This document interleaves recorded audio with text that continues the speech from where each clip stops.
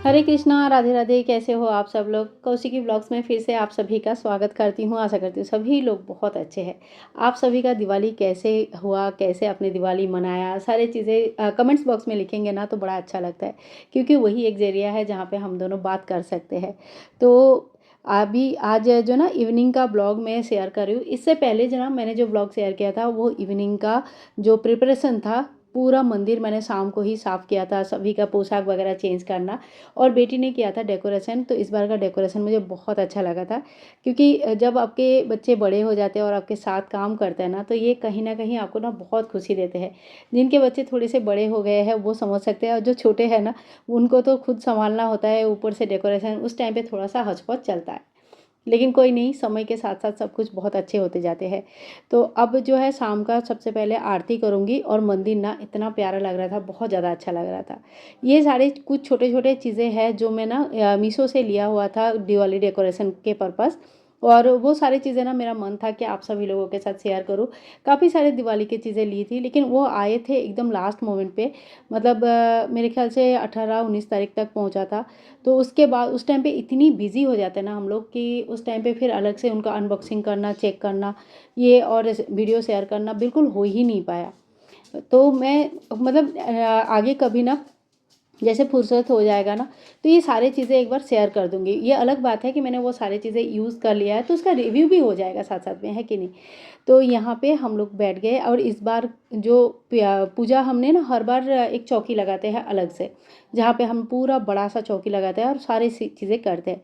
तो इस बार हमने सोचा था कि नहीं, अलग से चौकी नहीं लगाएंगे। जो मंदिर में हमने अभी साफ़ सफाई किया और सभी का पूजन होता है, क्योंकि दिवाली एक ऐसे त्यौहार है ना जिसमें सभी भगवान का पूजा होता है, सभी भगवान का मतलब एक साथ पूजा होता है, अच्छा लगता है। तो मैंने सोचा क्यों ना अभी इसी बार करते हैं। और इसमें ना एक प्लस पॉइंट और है कि मंदिर के सामने काफ़ी अच्छा खासा जगह है, जहाँ पे सभी लोग एक साथ बैठ के पूजा कर सकते हैं। बाकी जहाँ पे मैं चौकी लगाती हूँ उस जगह पे ज़्यादा जगह नहीं होती है, बहुत ही एक कोने में हो जाता है, तो सारे लोग वहाँ पे एक साथ आ नहीं पाते। तो ये भी थोड़ा सा लग रहा था मेरे मन में कि सारे लोग एक साथ बैठ के पूजा नहीं कर पाएंगे। तो इसीलिए यहाँ पे किया, और सच में इस बार का दिवाली मुझे ना इसलिए बहुत ज़्यादा अच्छा लगा। तो सबसे पहले हम मंदिर की लक्ष्मी गणेश जी की पूजा कर रहे हैं, उनको टीका लगाएंगे, पूजा करेंगे, और जो फूल वगैरह लेके आए हैं वो भी रेडी कर दिया है। धनतेरस के दिन मैं हमने ये दो पीतल का बर्तन लिया था, दो दो थाली लिया था, एक छोटा सा और एक बड़ा सा, और एक लोटा लिया था। ये सारे जो दिवाली की शॉपिंग है ना, ये सारे मैं एक साथ शेयर कर दूंगी। सॉरी, मैंने कुछ भी अलग से शेयर नहीं कर पाई हूँ। तो ये टाइमली पहले ही हो सकता है शेयर कर कर देंगे तो अच्छा रहता था, बट कुछ चीज़ें ऐसे होता है ना, इस समय हचपच हो जाता है तो नहीं हो पाते। आराम से फुर्सत से बैठ के मैं आप सभी लोगों को ना वो सारी चीज़ें एक दिन दिखाऊंगी मैंने क्या क्या लिया था। और इसके अलावा तो झाड़ू एक लिया ही था, और थोड़ी सी हल्दी लिया था, और बाकी जो लक्ष्मी कारक चीज़ें है ना, ये मेरे पास हमेशा ही रहता है। मैं कई बार आप लोगों को दिखा भी चुकी हूँ, तो वो मैं चेंज नहीं करती हूँ, उन्हीं का पूजन करती हूँ। और ये रहा हमारे लड्डू गोपाल जी, राधा रानी, बहुत प्यारे लग रहे थे आज।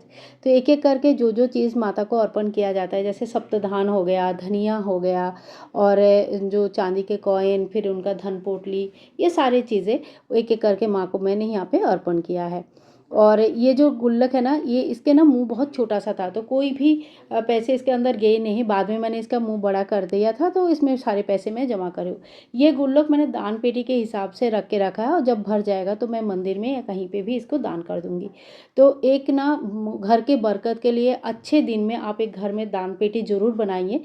थोड़ा सा ही सही, 1 रुपया, 10 रुपया, 25 रुपया, 20 रुपया, जितनी भी आपके पूजा करते हो, कुछ तो दक्षिणा चढ़ाते हैं, तो वो दक्षिणा यहाँ पे जमा कर दीजिए, और फिर एक ही टाइम पे किसी मंदिर में या किसी गरीब को आप दान कर सकते हैं। दान करने से बहुत सारा पाप से निवारण हो जाता है, मतलब अच्छा माना जाता है। तो ये अच्छे दिनों में ना ये सारी चीज़ें आदतें शुरू कर सकते हैं। जैसे दिवाली में नहीं किया तो देव दीपावली में शुरू कर लिया। जब जागो तब सवेरा, हमेशा ही कुछ ना कुछ त्यौहार आते रहते हैं बड़े बड़े, तो उसमें ये सारी चीज़ें शुरू कर सकते हैं। इसके बाद हस्बैंड ने कथा पढ़ के सुनाया, आरती सुनाया, और हम लोगों ने मतलब सभी लोग सुन रहे थे एक साथ बैठ के। तो ये भी मतलब अच्छा लगता है कि कोई जब घर के सभी फैमिली मेम्बर ना एक साथ बैठ के पूजा करते हैं या कोई भी चीज़ें एक साथ बैठ के मनाते हैं ना, तो ये आपको अलग ही एक खुशी देता है। और ध्यान कीजिएगा, पहले पीछे ना गोल्डी भी बैठा है, उसको भी ना सबके साथ बैठना, एक साथ देखना क्या कर रहे हैं ये समझना ना उसको भी बहुत पसंद है। तो चुपचाप बैठा रहता है, कुछ भी डिस्टर्ब नहीं करता है, कुछ भी नहीं, वो आराम से बैठ के चीज़ों को ऑब्जर्व करता रहता है। बच्चों को इसी तरह से सिखाया जाता है। और नेक्स्ट ब्लॉग में जब मैं आप लोगों के साथ गोवर्धन पूजा शेयर करूँगी, उसमें भी देखो ध्रुपद को पूजा पाठ उतना नहीं आता है, थोड़ा मोड़ा वो हाथ जोड़ लेता है, कर लेता है, लेकिन उतना ज़्यादा नहीं आता है। इस बार गोवर्धन पूजा इसके पापा घर पे नहीं थे, ऑफिस के लिए गए थे, और जो पूजा का मुहूर्त था ना उसके बाद वो पहुँचे, तो इसके लिए इस बार पूजा ध्रुपद ने किया। तो मैंने उसको पूरा बोल बोल के गए और वो करता रहा। तो ये बोलने का बस एक ही मकसद है कि जब हम कोई भी अपना तीज त्यौहार कोई भी चीज़ एक साथ जब करते हैं ना, तो बच्चों को भी वहाँ से धीरे धीरे सीखने के लिए मिलता है। भले ही हमें लगता है कि बच्चे इतना नहीं देख रहे, ध्यान नहीं दे रहे, लेकिन वो ध्यान देते हैं, सीखते हैं, और कहीं ना कहीं जब बड़े होते हैं ना तो ये चीज़ें उनके माइंड में रहता है। और अब हम लोग सभी का आरती कर लिया है, सभी को आरती दे देंगे।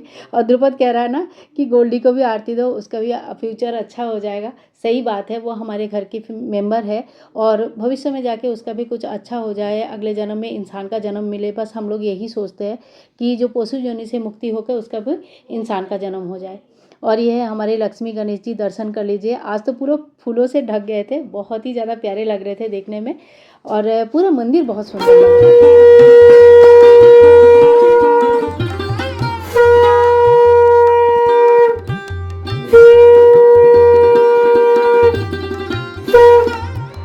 और घर पर ना शंखध्वनि रोज होना चाहिए। देखो एक कमेंट आया था इसलिए बता रही हूँ, शंखध्वनि क्या होता है ना, ये घर पे जब होता है तो घर पे जो नेगेटिव एनर्जी है ये कम हो जाता है। तो तीज त्यौहार में नहीं, हर दिन शाम के टाइम पे शंखध्वनि होना चाहिए। चलो हम सभी के तरफ से हैप्पी दिवाली विश करें, सभी लोग आपको विश करें, गोल्डी भी है इधर, तो आप सभी को हैप्पी दिवाली, बहुत ही अच्छे से, बहुत ही मंगलमय रहे आप सभी का दिवाली। और ये हमारा छोटा मोटा डेकोरेशन कैसे लगा ज़रूर बताना। ये सारी चीज़ें हमने मेले से लिया था, ये तो मैंने शेयर किया था आप लोगों से, कुछ चीज़ें शेयर कर दिया था, कुछ चीज़ें नहीं हो पाया था। ओवरऑल सारे कोने हमने लाइट्स लगाया, सारे कोने सुंदर से सजाया था, बड़ा अच्छा लग रहा था। और अब बारी आई खाना बनाने का, तो यहाँ पे जो खीर पूरी, और घर में ही मैंने पनीर बनाया था, तो वही पनीर की सब्ज़ी बनाया।